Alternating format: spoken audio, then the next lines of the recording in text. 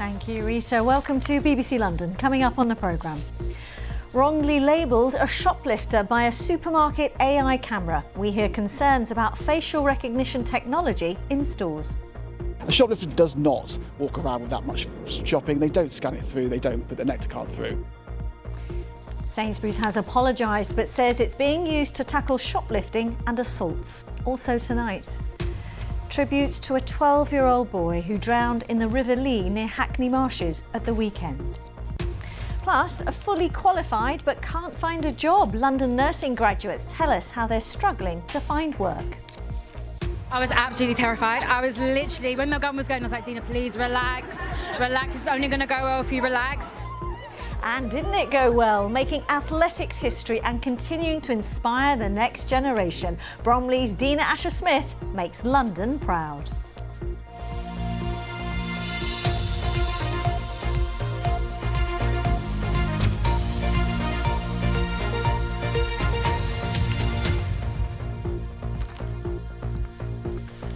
Hello and good evening to you. First tonight, the rise in shoplifting and attacks on retail staff, which have made headlines here in the capital. And there's been increasing surveillance to help tackle such crimes.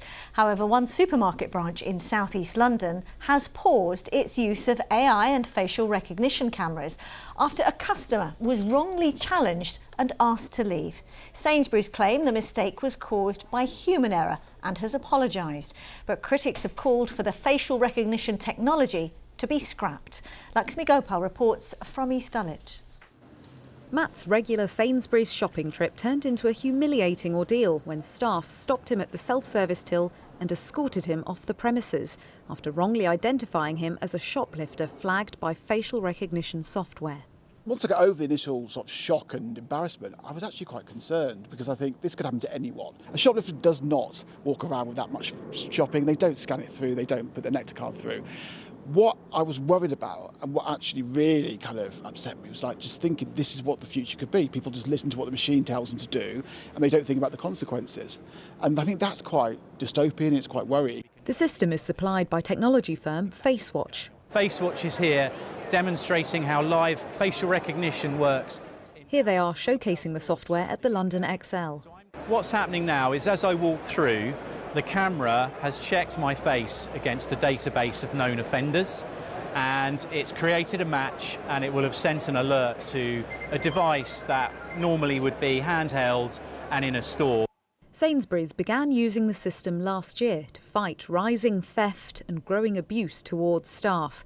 In 2025, shoplifting in England and Wales reached its highest level in over 20 years, though it's fallen slightly since. But live facial recognition has led to some issues, and the East Dulwich branch of Sainsbury's has paused its use after this latest incident.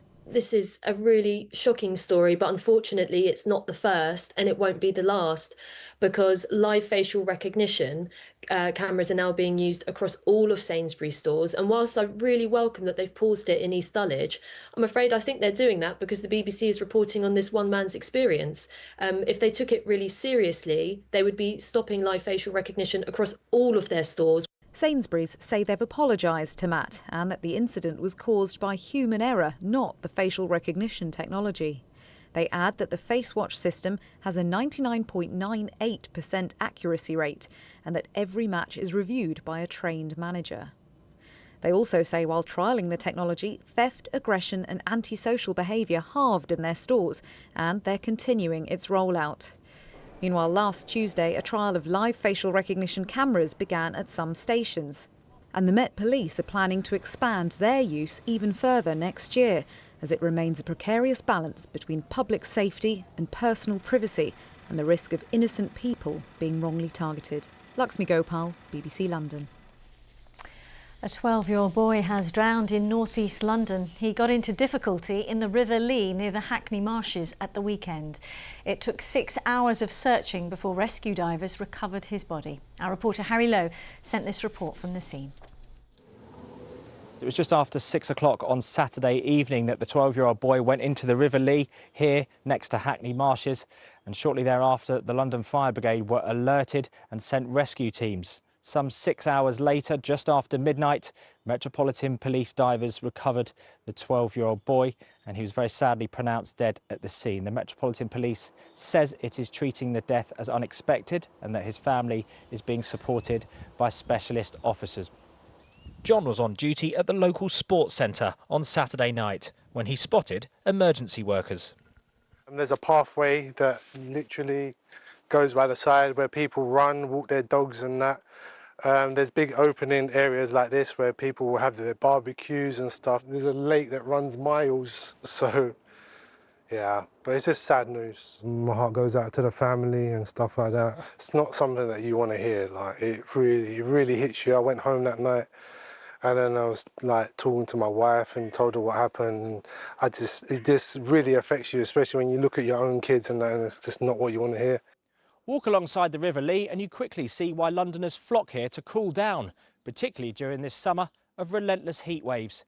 But the official advice is that you should not go in any rivers or waterways.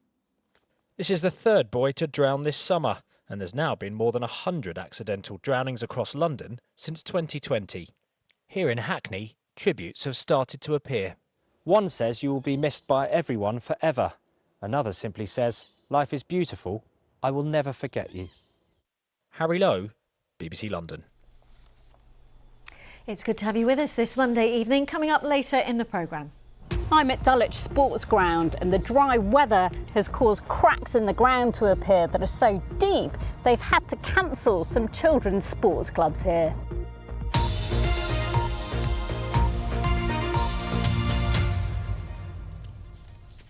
A vigil is being held tonight in the capital for Professor Jason Arday, who was found dead at his home in Battersea on Friday. He'd recently stepped down from his role at Cambridge University, having faced weeks of media coverage over plagiarism allegations and questions about his personal achievements, claims he denied. He became the university's youngest black professor when appointed in 2023. Well, Daniel Sanford is in Trafalgar Square for us this evening with more. Hi, Daniel. Hi, Riz.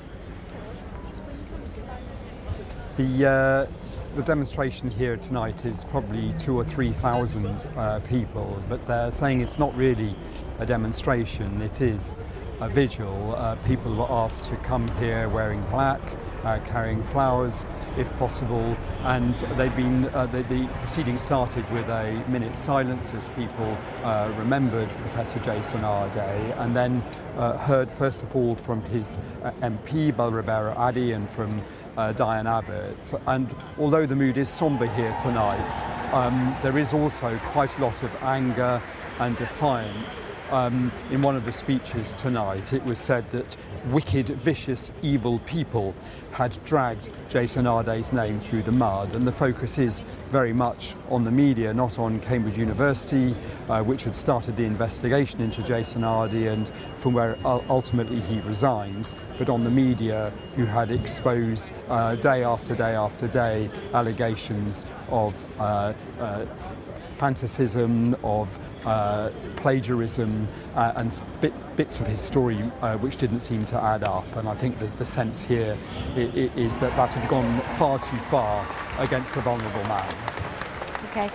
Daniel from Trafalgar Square, many thanks. That's Daniel Sanford reporting there.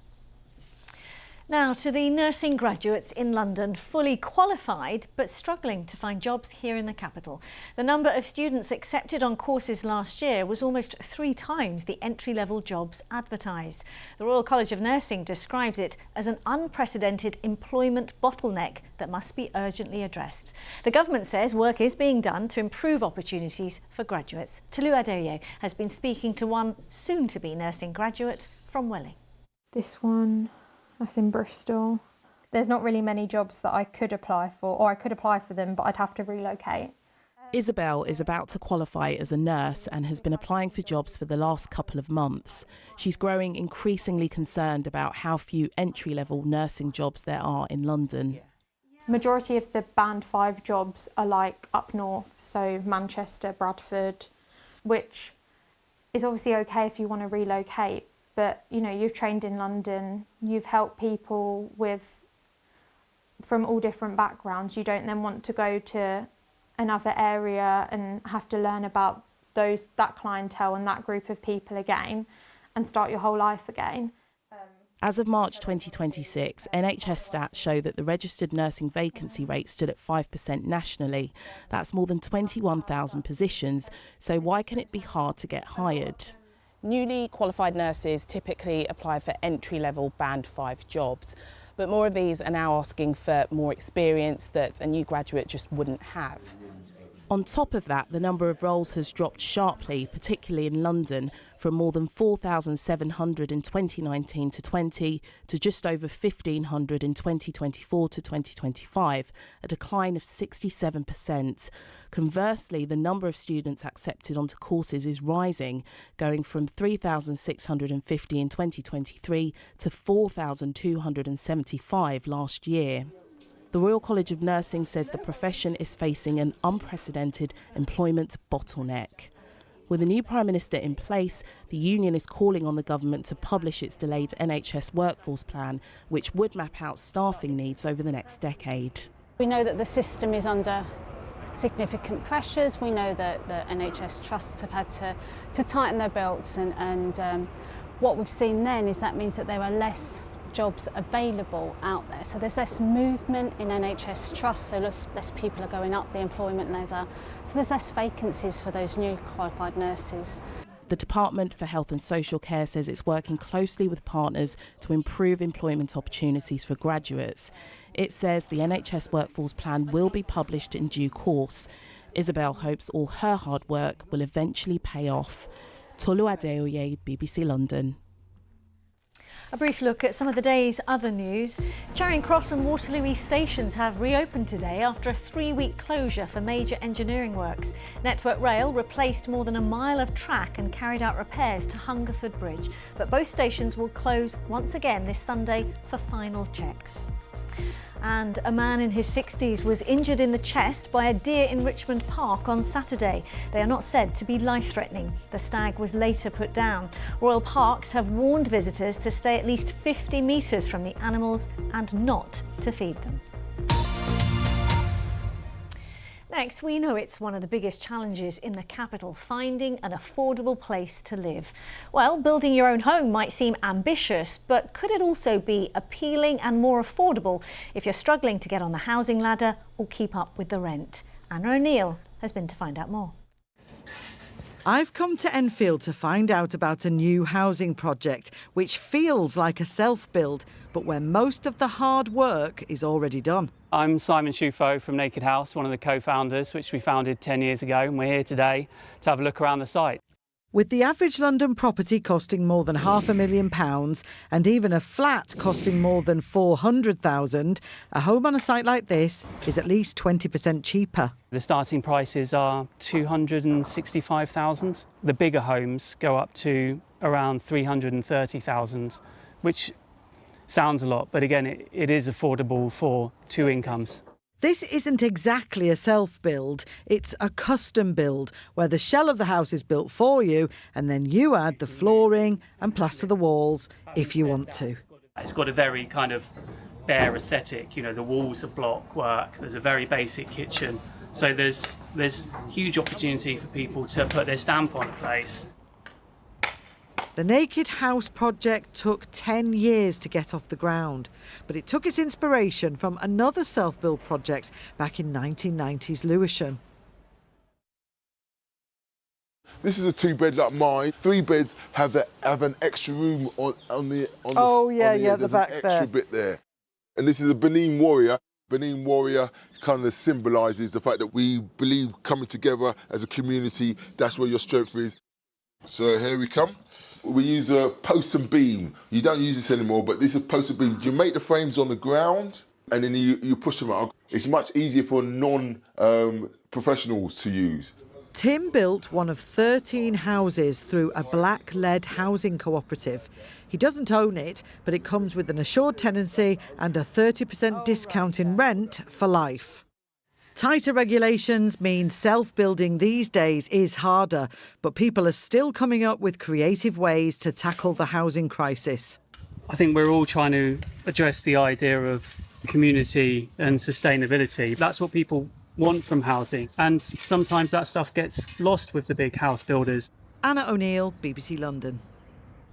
And we'll be sharing more stories of people living in alternative ways throughout the summer here on BBC London. If you want to see those films in full, just head over to the BBC London YouTube channel.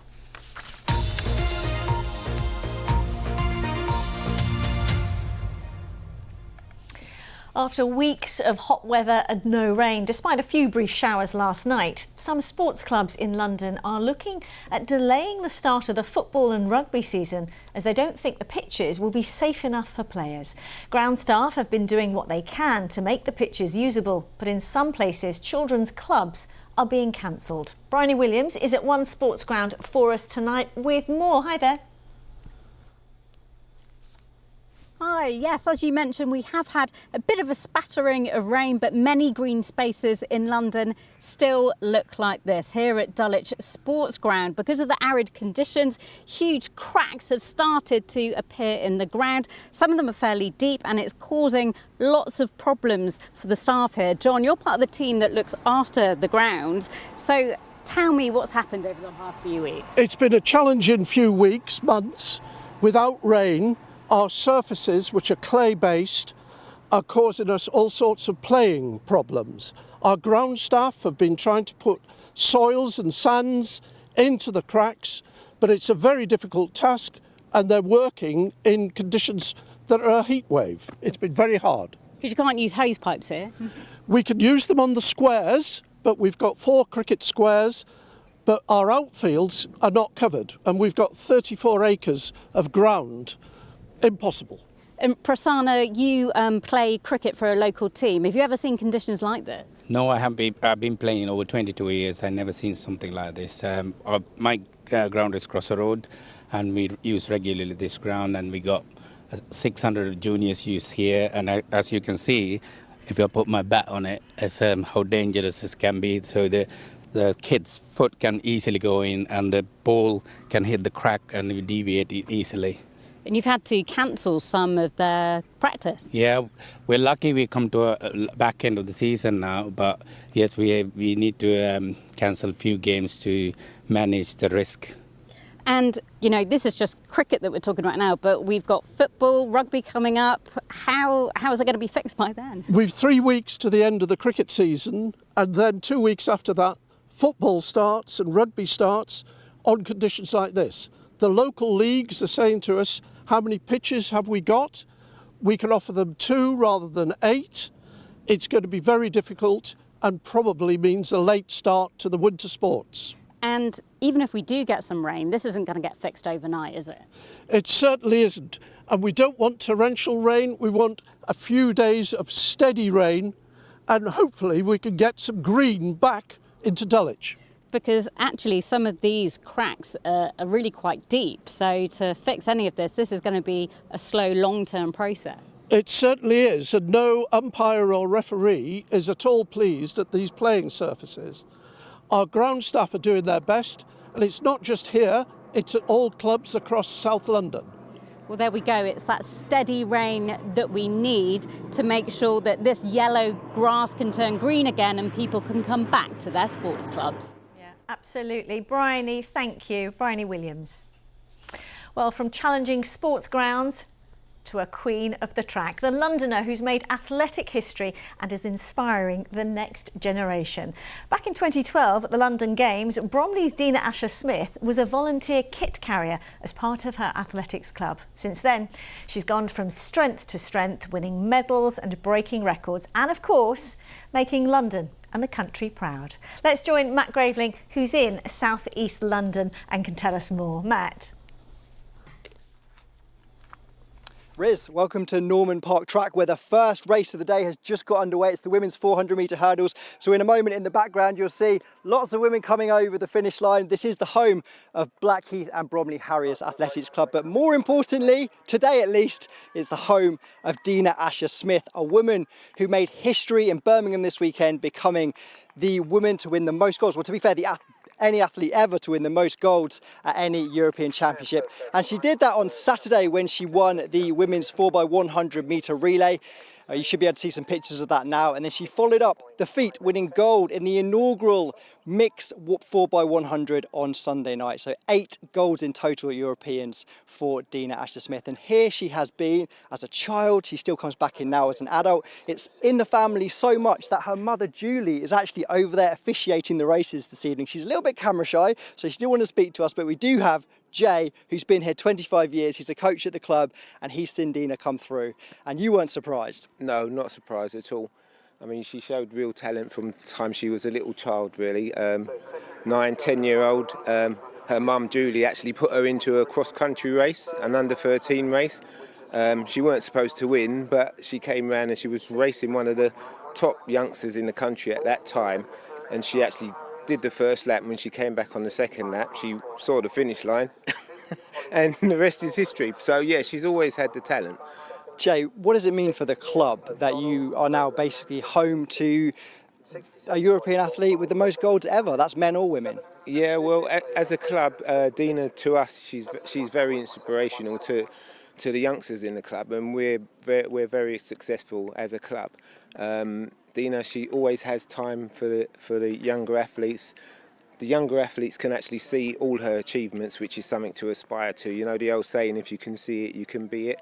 So, you know, she's always here.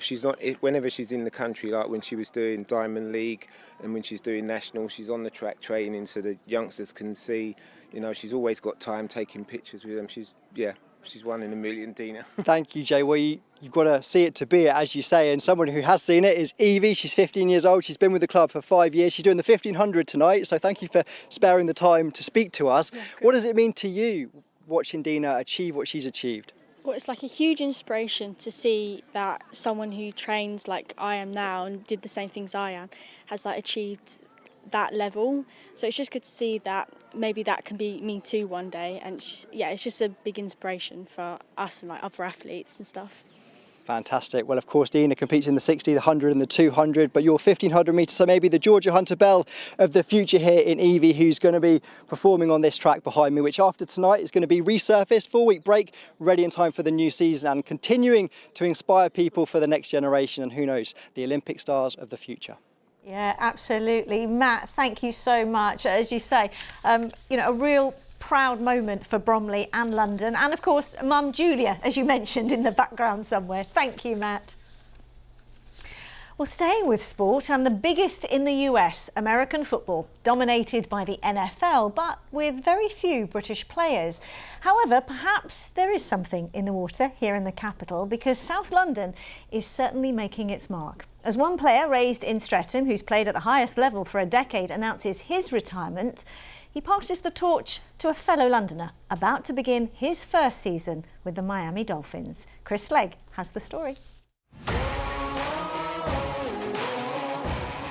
Efe Abada spent a decade representing clubs in America's NFL. Now he's returned to London, where he was raised in foster homes. He's created his foundation to support young people in care and announced his retirement from playing. Why did you feel the time was right to hang up the pads? Honestly, my cup's full. You know, I've achieved a lot. I'm very fortunate to play in the NFL for 10 years, and now I'm just committed into the next chapter. Abada has launched this foundation right next to where he grew up in Streatham. There's no doubting the passion or talents for American football in this part of the capital. And as his career comes to an end, another South Londoner is just about to embark on his own NFL dream. Got his flag there from the UK draped over his shoulders. Born and raised in London, Seydou Traoré has recently been drafted by Miami Dolphins. Whenever me and Efe would talk, he would always kind of mention how he's trying to hand down the torch to me, which I felt was very inspirational. I mean, seeing what he's done, where he's brought the game, and the amount of people he's inspired from back home is insane. While developing his skills in the US, Traoré went 5 years without seeing his family in London. Mum Zaya couldn't be prouder. So I think it was something that we prepared for, but we didn't know what we were preparing for. And I was in trance. I was out of my body and I was like, oh my God, it's happening. Arday is confident more London talent can now go on to reach the NFL and that Traore can eclipse his own achievements. F.A. Arday and Seydou Traore both made it from South London to the NFL. The hope is they won't be the last. Chris Slegg, BBC London. OK, well, the weather continues to be a talking point. Here's Gillian with how the week's shaping up. Hello there, a very good evening to you. We've had plenty of cloud around today, but actually a bit of brightness. Earlier on, we did see a little bit of that sunshine coming through, but the clouds really been starting to build as we've gone through this afternoon. So plenty more of that building as we head through this evening and into tonight. So we are going to notice that cloud thickening. There'll be an increase, and we are also likely to get a few light showers under that cloud eventually as we head through tonight. So this is our setup. It's this cold front that's going to drop its way south and east through this evening and tonight. That will bring the cloud and some bits and pieces of rain. Now, I don't think it'll be particularly heavy, and for most of us, we'll actually start dry as we head through this evening. We might get some sunshine to end the evening, but again, that cloud really builds quite quickly. Quite a warm night to come, though. We could still have temperatures around 19 degrees in some spots, but of course, the added addition of a shower not out of the question. That front will slowly clear first thing tomorrow. It will give us a little bit of brightness before that cloud builds back in again. So I do think quite overcast generally as we head through tomorrow, but still a pretty warm day, highs of 26 degrees, but more of a notable westerly wind through the course of the day. And through tomorrow evening, once again, no huge change, quite a bit of cloud. And again, we are going to see some further outbreaks of rain moving through into Wednesday. So you might get a heavier burst within that. Still quite warm, 14 to 17 degrees. And you'll notice we have another couple of weather fronts that are going to move through during the middle part of the week. So this is where we are going to see a bit more rain, a few showers. Some of those might be heavy on Thursday, but still some sunny spells, scattered showers through Wednesday as well, some patchy cloud. So a bit of a mixed day ahead for Wednesday, and the temperature's still sort of mid-20s actually across the board. We've still got that brisk westerly wind as well as we head into Wednesday. This is the outlook. So over the next few days, you'll start to see those temperatures really start to come down, slightly below average in some spots, and along with some showers, we'll see some sunny spells as well. Well, as our open spaces and gardens eagerly await some rain, you can check out the aerial images of London on our Instagram, showing just how parched the ground is, as if you need a reminding. From me and everyone on the BBC London team, thanks very much for watching. I'll see you at the same time tomorrow. Do have a lovely evening. Bye-bye.